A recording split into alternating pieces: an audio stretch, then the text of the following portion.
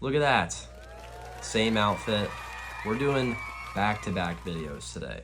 Because you know what? I love you guys. I do this for you. Alright, so I did my top 10 albums of the year, but I did not do my top 10 songs of the year.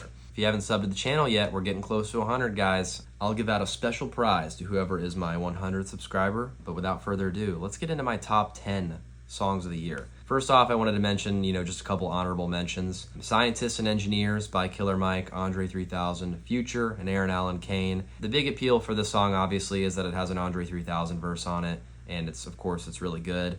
But I do think all the other, people on the song were great. I think it's cool that Killer Mike brought together Future and Andre 3000 and even Aaron Allen Kang, Aaron Allen Kang from the MCU. Yeah, this was a really cool song. For me, it was probably the highlight of the album. Another song I would give an honorable mention to is My Eyes by Travis Scott. I think this was, for me, the highlight of Utopia.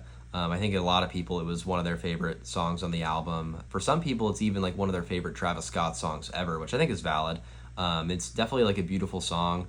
Very cool, kind of like transition into the second half of the song. A little Sampha feature on there. We love to see that. And yeah, this was a really cool moment. This was, the highlight of the album for me. Another honorable mention is The Hillbillies by Kendrick Lamar and Baby Keem.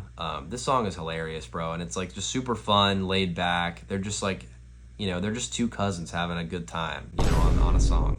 I love how Baby Keem kind of gets Kendrick Lamar in this sort of less serious bag. They've made nothing but really fun music together. If they do a collab album, which I assume they are going to, I'll be really excited to see kind of how that album turns out. This was definitely like a fun moment of 2023. Well, anyways, without further ado, these are gonna be my top 10 songs of 2023. Number 10, I went with Not Strong Enough by Boy Genius. This was definitely the best song on their album, which was called The Record. I loved the instrumental for it. I thought all three of them gave really good singing performances. I liked the sort of like bridge and outro at the end. I think this song is also Grammy nominated. Actually, is The Hillbillies nominated? I can't remember now. I think it might be. But yeah, I think Not Strong Enough is nominated. They got a bunch of nominations actually at the Grammys, and now that I think about it. I love to see Boy Genius getting some recognition for sure. Not Strong Enough, it's an awesome song. I was bumping it, pretty much all year. So I'm glad that it made it into my top 10. Number 9 is kind of a random one, but I went with Hello Love from the Jessie Ware album, That Feels Good.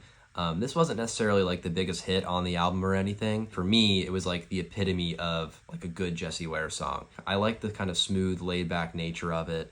And I love the chorus, dude. The chorus of this song is so good. So yeah, this was easily my favorite song off of That Feels Good. Number 8, I went with I Wish You Roses by Kali Uchis. I think I mentioned in my last video, this was like definitely my favorite song from that album. It's not the first song on the album, but it's like basically is. I think the first song is kind of just like a intro sort of thing. I feel like it has the same sound effect from Fight the Feeling by Mac Miller and Kendrick Lamar from the Macadelic mixtape. And I like the messaging of the song too.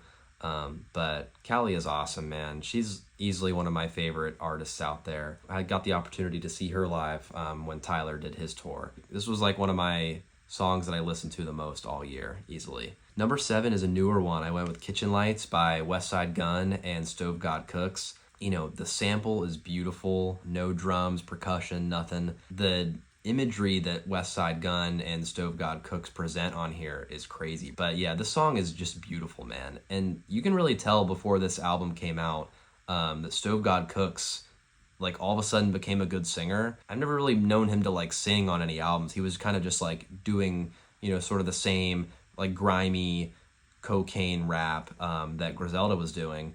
But he comes on this song and he gives like a beautiful singing performance on the hook. Like he sounds like he's definitely been like taking lessons and like practicing. So that was like a huge surprise for me. But yeah, this is just such a like elegant song, man. In his whole discography, this song is definitely like a highlight for me. Now, don't hate me. Again, this is just me, all right? This is not lyrical ability. This is not, quality. Music is subjective, okay?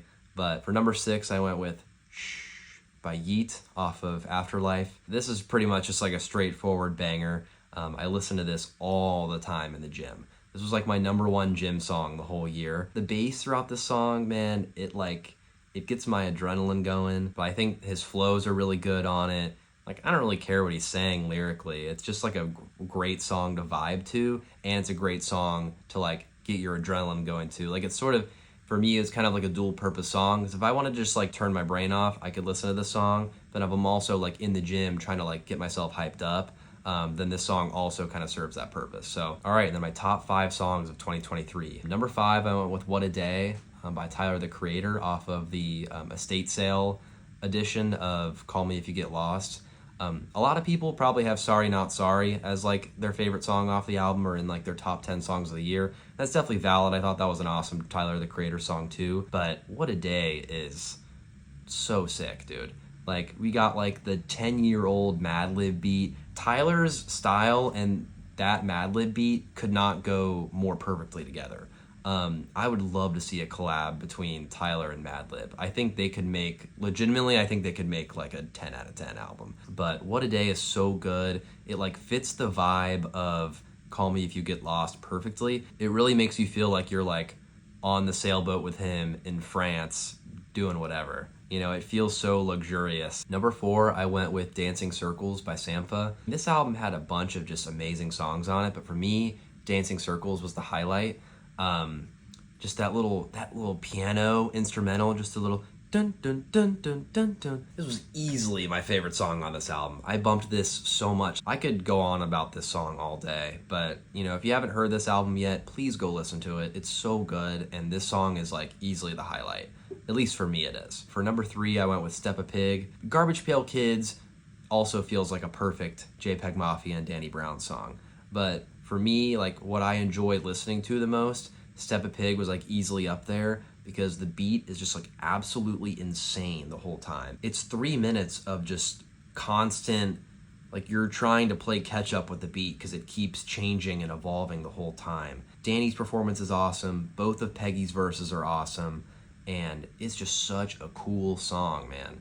Like, in this song, it would definitely scare the hoes. I gotta say, it definitely would. I don't really have much else to say about it. It's just my most enjoyable song to listen to off of that album. So, definitely deserves to be in my top 3. I think it was like my number 2 most played song this year. Number 2, I went with The Black Seminole by Lil Yachty off of his album Let's Start Here. Like, this is a 7-minute psych rock song by Lil Yachty. Like, no one could have seen this coming at the start of the year.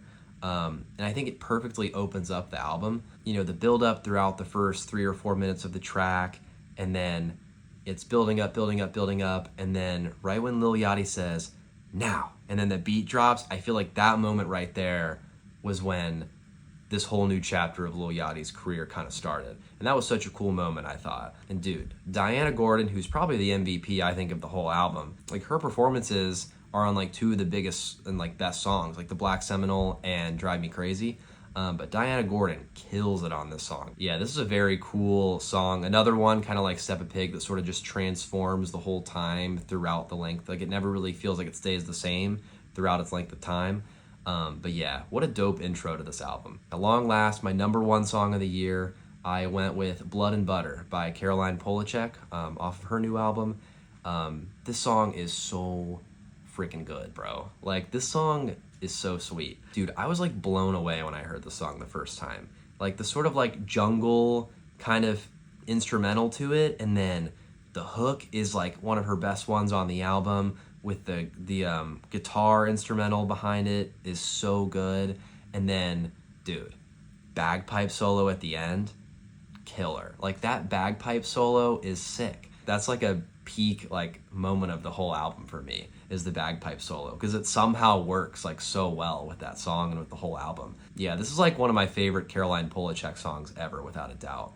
All right, so those are my top 10 songs of 2023.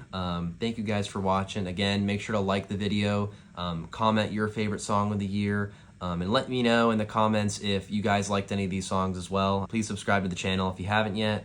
Thanks so much for watching. I'll see you guys on the next one. Bye.